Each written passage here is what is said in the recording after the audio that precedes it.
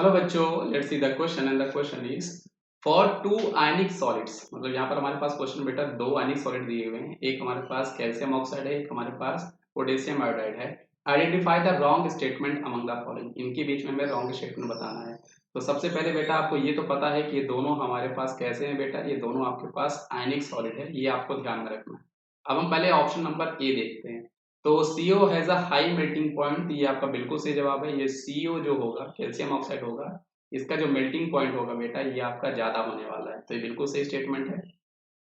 और इसका रीजन जो है यहाँ पर बी में दिया हुआ है कि lattice energy of CO is much larger than that of KI। ये भी बिल्कुल सही स्टेटमेंट है, क्योंकि बेटा हमें होता क्या है, जो आपकी लैटिस एनर्जी होती है, अगर मैं आपको लैटिस एनर्जी का रिलेशन बताऊं, ये आपकी डायरेक्टली प्रोपोर्शनल हुआ करती है चार्ज ऑफ आयन। मतलब चार्ज ऑफ आयन में आपकी ये डायरेक्टली प्रोपोर्शनल होती है, और ये इनवर्सली प्रोपोर्शनल हुआ करती है बेटा आपकी साइज ऑफ आयन।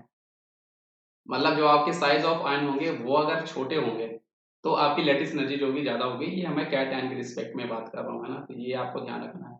इसलिए हम लोग कह सकते हैं कि लैटिस एनर्जी आपकी कैल्शियम ऑक्साइड की ज्यादा होगी, क्योंकि यहाँ पर आयंस में चार्ज आपके ज्यादा होने वाले हैं। कैल्शियम में आपका 2+ होगा, ऑक्सीजन में आपका 2- होगा। तो ऑब्वियस सी बात है, लैटिस एनर्जी आपकी कैल्शियम की ज्यादा होने वाली है कंपेयर टू KI, क्योंकि यहाँ पर आपके पास चार्ज जो है वो आपके पास एक यूनि पॉजिटिव रहेंगे, यूनि नेगेटिव रहेंगे।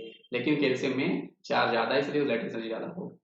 अगले केस में हमारे पास बोलता है कि KI has a high melting point. तो ये भी सही है। मतलब इस क्वेश्चन में उसने हमसे ये नहीं बोला है कि एक दूसरे से वो ज्यादा है, लेकिन KI जो है इसका मेल्टिंग पॉइंट जो होगा इसका भी ज्यादा होगा, क्योंकि दोनों ही आपके पास आयनिक सॉलिड हैं।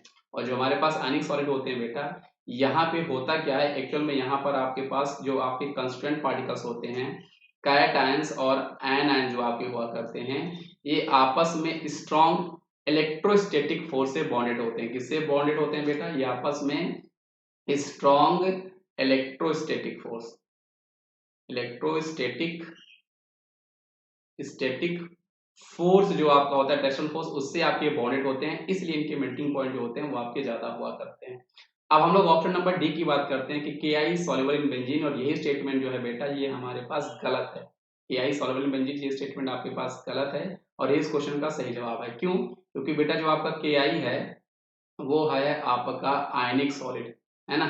आयनिक सॉलिड करने का मतलब हम कह सकते हैं ये आपका एक तरह से पोलर है, और जो हमारे पोलर होते हैं वो हमारे पोलर सॉल्वेंट में ही सॉल्युबल होते हैं। लेकिन जो आपका बेंजीन है बेटा, ये एक्चुअल में आपका है नॉन पोलर। बेंजीन आपका कैसा है बेटा? बेंजीन है आपका नॉन पोलर।